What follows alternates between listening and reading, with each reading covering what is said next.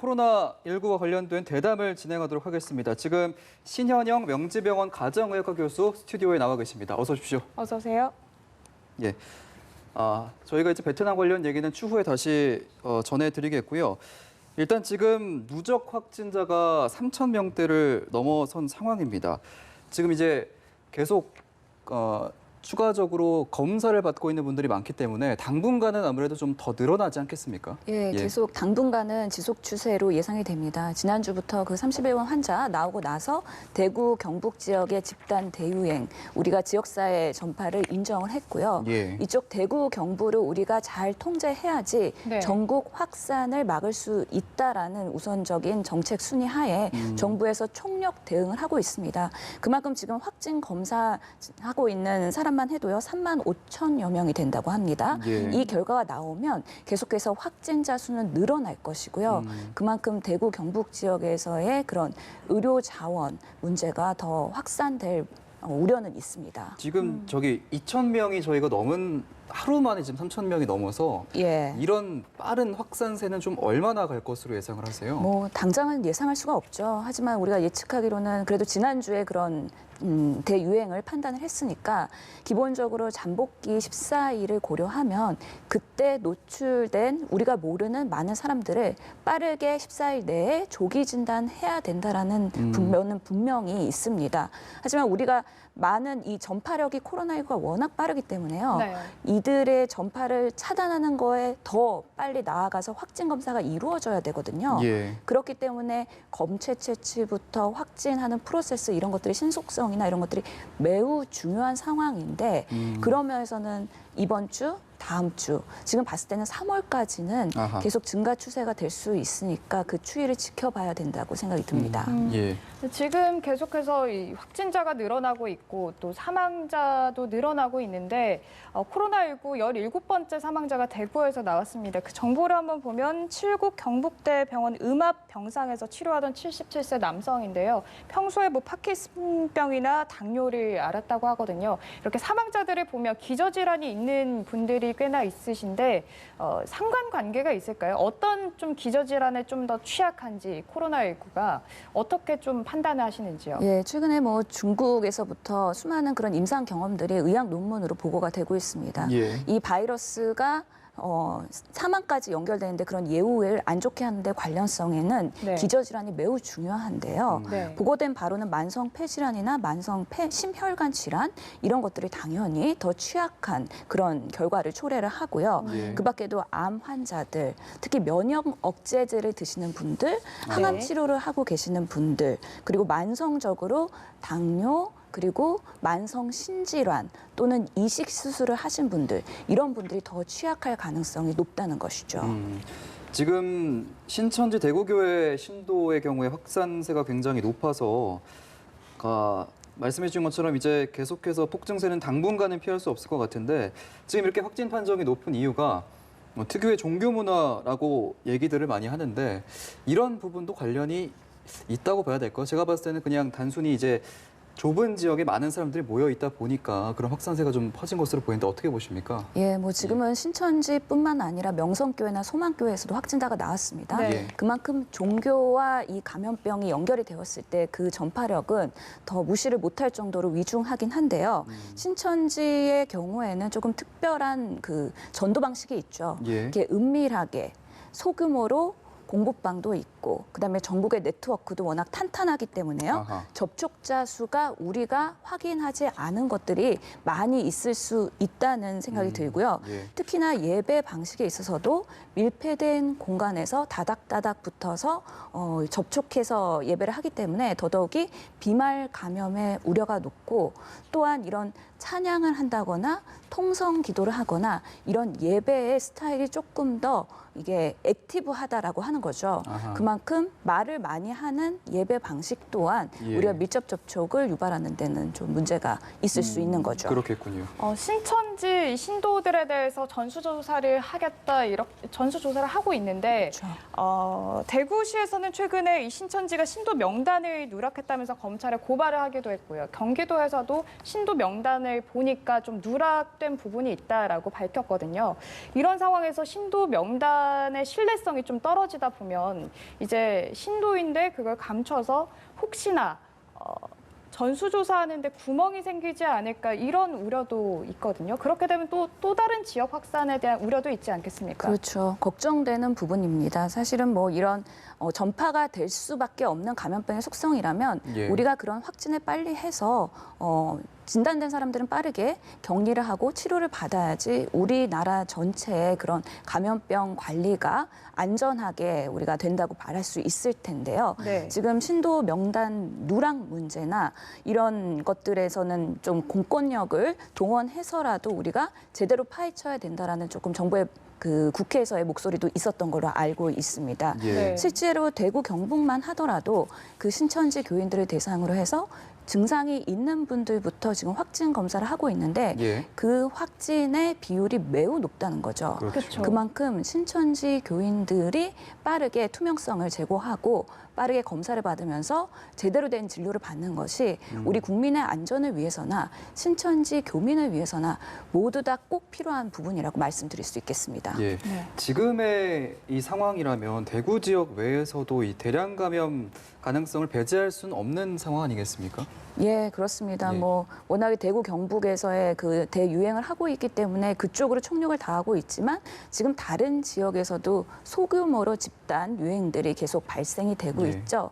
그런 만큼 우리 코로나19가 전파력이 워낙 크고 증상이 경미하거나 없는 경우에도 전파가 되기 때문에 알기가 힘들다는 게 참 어려운 부분입니다. 그만큼 우리가 빠르게 검사를 하고 그 검사 물량을 확대해서 의료 접근성을 늘려야지만 이런 바이러스의 확산세를 우리가 통제하는 데는 크게 중요한 예. 요소로 작용할 것으로 보입니다. 예. 저희가 이제 교수님을 모시면 꼭 드리고 싶은 질문이 있었는데 이제 완치 판정을 받았다가 재확진된 사례가 나왔거든요. 경기도 시흥의 70대 여성인데 이렇게 되면은 저희가 좀 바이러스에 대한 정의나 특징에 대해서 다시 한번 좀 정리를 해야 될 필요가 있을 것으로 보입니다. 완전히 사멸이 되지 않아서 그런 건가요? 어떻게 된 건가요? 예, 뭐 코로나19는 우리가 모르는 부분이 워낙 많기 때문에 초반부터 무증상에는 감염이 없다 그랬다가 감염력을 인정을 했고요. 네. 잠복기 14일에 대해서도 예외적인 경우가 다른 나라에서 나오긴 했었죠.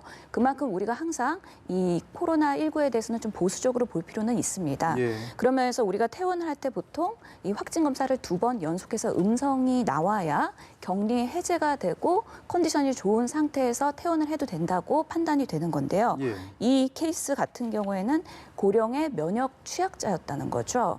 그러면서 퇴원을 하고 외출을 하거나 다른 사람과의 접촉이 없었다고 하지만 우리가 보통은 바이러스를 검사할 때 음성으로 나온다는 게 바이러스가 0이다라는 의미는 아닙니다. 아, 그렇군요. 특정 기준에서 예. 그거에 적게 나오기 때문에 음성, 양성 이렇게 판단을 하는 그 기준이 있기 때문에요. 예. 소수의 바이러스가 남아있을 가능성도 배제를 못하는 거죠. 그러면서 면역 저하자이기 때문에 퇴원 후에도 자택에 계시다가 어떤 상황에서 이런 바이러스가 증식될 가능성이 있다고 판단이 돼서 재발의 가능성이 가장 지금 높게 생각을 하고 있고요. 예. 우리가 근데 보통은 코로나19에 특정 바이러스에 감염이 되면 이거에 대한 항체나 면역력, 방어력이 일반적으로 생기는 게 일반적인 우리가 감염병의 속성이긴 하지만 예. 코로나19 같은 경우에는 이런 상황이 많아진다면 우리가 좀 더 많은 케이스를 쌓고 조금 더 신중할 필요는 있다라는 생각이 들고요. 더더욱이 이 케이스 같은 경우에는 면역 저하자이기 때문에 앞으로 우리가 이런 분들은 태어날 때는 조금 더 신중하게 보고 자주 들여다보고 그런 증상이 의심되면 검사도 해보고 해야 된다는 교훈을 얻은 것 같습니다. 예. 그렇기 때문에 이 퇴원자에 한해서도 사후 관찰이 더 중요하다 이런 이야기들이 방금 교수님께서 말씀하신 것처럼 계속해서 나오고 있는데 중국에서는 이제 퇴원자에 한해서 이제 2주간 자가격리를 의무적으로 시행을 하고 있는데 우리나라에서도 이런 시스템을 의무화해야 되는 게 아닌가 이런 이야기가 나오고 있습니다. 좀 어떤 부분들을 보완을 해야 할까요? 예, 뭐 아직은 그런 한 케이스 가지고서는 무조건 의무로 자가격리를 한다는 거는 과도한 측면이 있긴 하지만 네. 많은 퇴원자분들이 이제 조금 더 신중하게 사회 활동에 복귀하실 거로 보입니다. 예. 실제로 이렇게 음악 경위 병상에서 치료를 받고 본인의 그런 큰 경험들이 아마 사회 복귀하는 데는 아주 조심스럽게 점진적으로 진행이 될 것 같긴 한데요.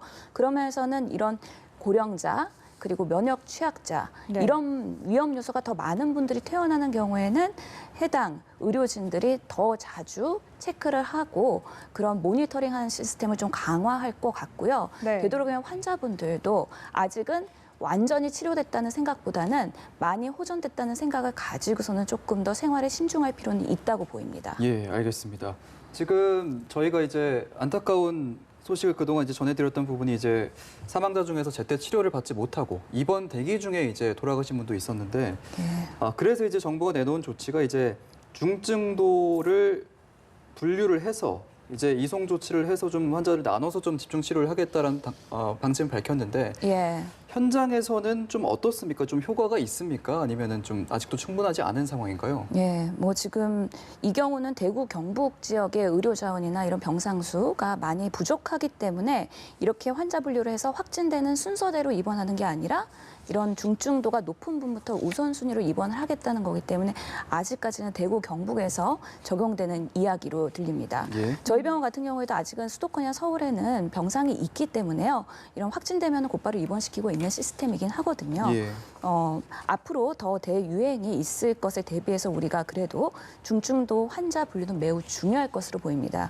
그 기준을 간단하게 말씀드리면 예. 우리가 보통은 우리 생체 징후라고 하는 의료에서는 매우 중요한 사인인데 혈압, 맥박, 그리고 호흡수, 체온 이 네 가지가 아주 기본적인 요소가 되겠고요. 예. 환자의 의식 수준, 그다음에 연령, 기저질환 이런 것들에 따라서 점수를 매겨서 아하. 우선순위를 가지고서는 어느 병원 중에서도 상급 종합병원 아니면은 뭐 다른 병원 이런 식으로 우선순위를 가지고서는 적극적으로 대응을 하겠다는 겁니다.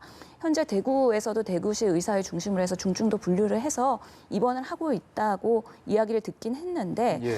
병상 수가 많이 부족하고 지금 확진자 수가 계속 늘어나고 있기 때문에 아무래도 그렇겠죠. 이게 현장에 적용되는 데는 조금 시간이 걸리지 않을까 싶습니다. 예.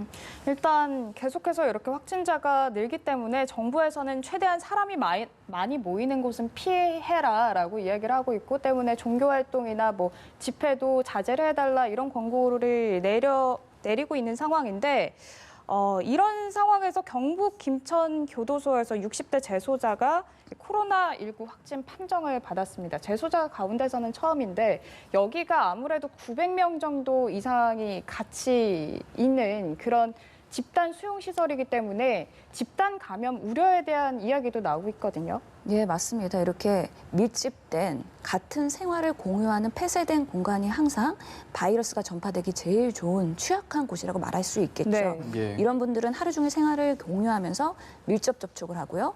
또 사람과 사람 간의 거리가 매우 가까울 것입니다.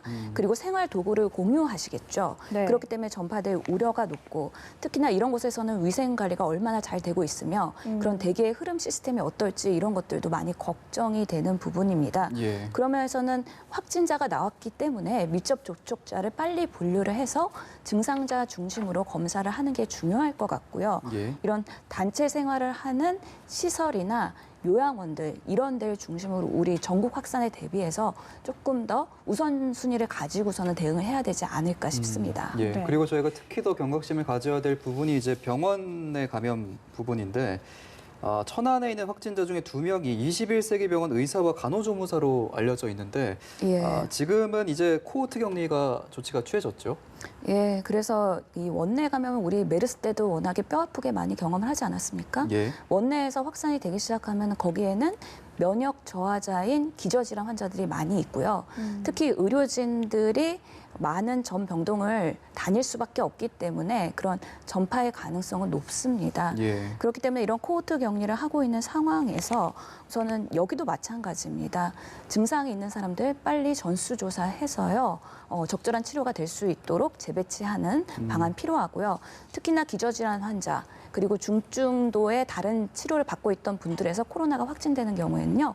악화될 가능성을 대비해서 그런 악화에 대한 충분한 치료가 가능한 그런 시설로 전원하는 것도 고려를 해봐야 될 것이라고 생각됩니다. 네, 우리나라 상황에 대해서 현재 짚어보고 있는데 이 코로나19의 시발점이라고 할 수 있는 중국의 상황을 보면 지금은 약간 확산세가 줄어들고 있습니다. 여기에서 지금 현재 중국에서 뭐 한국인의 입국을 오히려 금지해야 한다 이런 이야기가 나오고 있는데 중국은 그렇다면 좀 이제 진정 국면에 들었다 이렇게 봐도 되겠습니까? 뭐 지금 진정세로 보이긴 하지만 아직까지 단언하기는 어렵죠. 예. 중국은 워낙에 강력하게 그 우한 후베이성을 중심으로 해서 통제를 했기 때문에 외출도 매우 강력한 통제를 통해서 되도록이면 사회 간의 접촉을 차단하기 위해서 노력을 하지 않았습니까?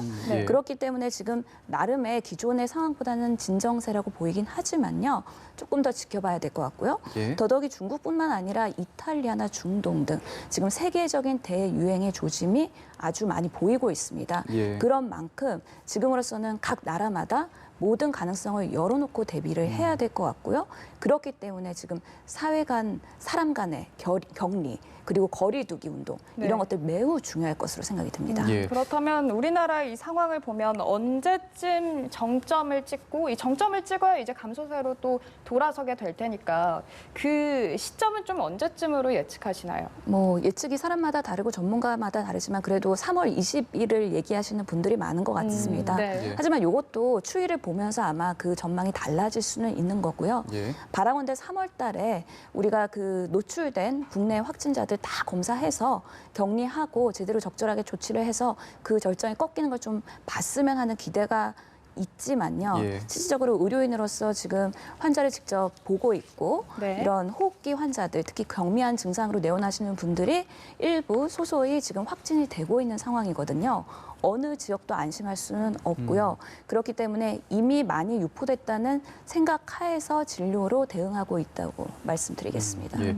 지금 WHO가 코로나19의 위험도를 최고 단계로 격상을 했는데 이제 말씀해 주신 것처럼 전 세계로 번지고 있는 상황이기 때문에 팬데믹이라고 하죠. 세계 대유행 가능성에 대해서 전문가들은 좀 어떻게 진단을 하고 있습니까? 네, 많은 분들이 가능성 높다고 얘기를 하고 있습니다. 코로나19는 다른 바이러스에 비해서 전파력이 높고 예. 특히나 검사하지 않으면 감기나 다른 호흡기 질환과 감별이 어렵다는 거죠. 예. 그렇기 때문에 각 나라마다 대유행으로 간다고 했을 때 의료 대응력이 얼마나 수준이 있느냐에 따라서 그 진정세를 잡는 데 차이가 많을 거라고 생각이 듭니다. 예. 그래도 우리나라는 하루에 검사할 수 있는 물량이나 지금 선별진료소 그리고 국민 안심병원 이런 것들로 지금 코로나19에 대한 대응책에 총력을 잘 하고 있기 때문에 예.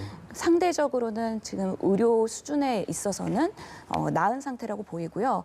사실 우리나라가 이렇게 유행이 되고 있는 상황에서 다른 나라도 단언할 수 없는 상황이고요. 이거에 대해서 충분히 세계적으로 준비가 필요하다고 말씀드리겠습니다. 예. 네, 알겠습니다. 알겠습니다. 지금까지 신현영 명지병원 가정의학과 교수와 함께 이야기 나눠봤습니다. 오늘 말씀 고맙습니다. 고맙습니다.